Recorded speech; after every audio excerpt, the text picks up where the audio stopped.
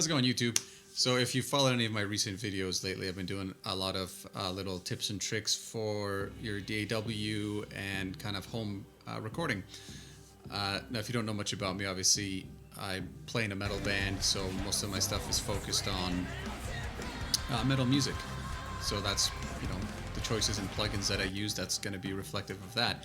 Anyways, today I want to go over a really awesome set of plugins from a company called Neural DSP. So if you're already in the metal scene, you'll already know them, but they make basically amp simulators for your computer so that you can record fully in the box without having to worry about, miking up amps, because that's for a lot of people a logistical nightmare. This won't be a review video because there's already tons of them, and there's guys that have done that forever, so go to them. But what I want to cover today is saving a lot of memory with Neural DSP plugins, because they are system hogs. And I mean, my computer's showing its age already. It's probably about 4 years old, but it's very robust. I have lots of memory, lots of processing power, and it even gets eaten up by, once you get to like 8, 9, or 10 instances of a Neural DSP plugin.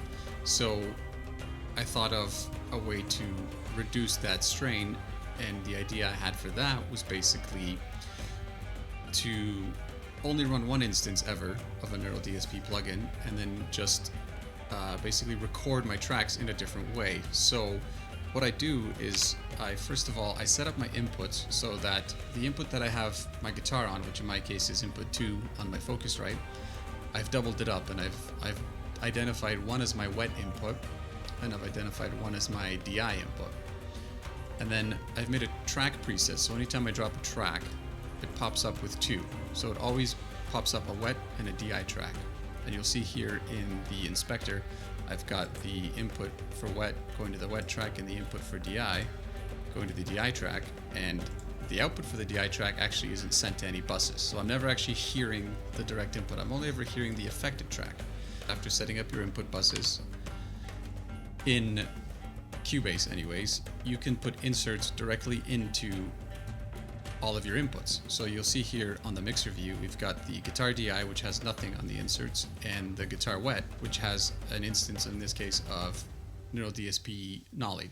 And what that works. I'll show you how that works. So you're just gonna hit record.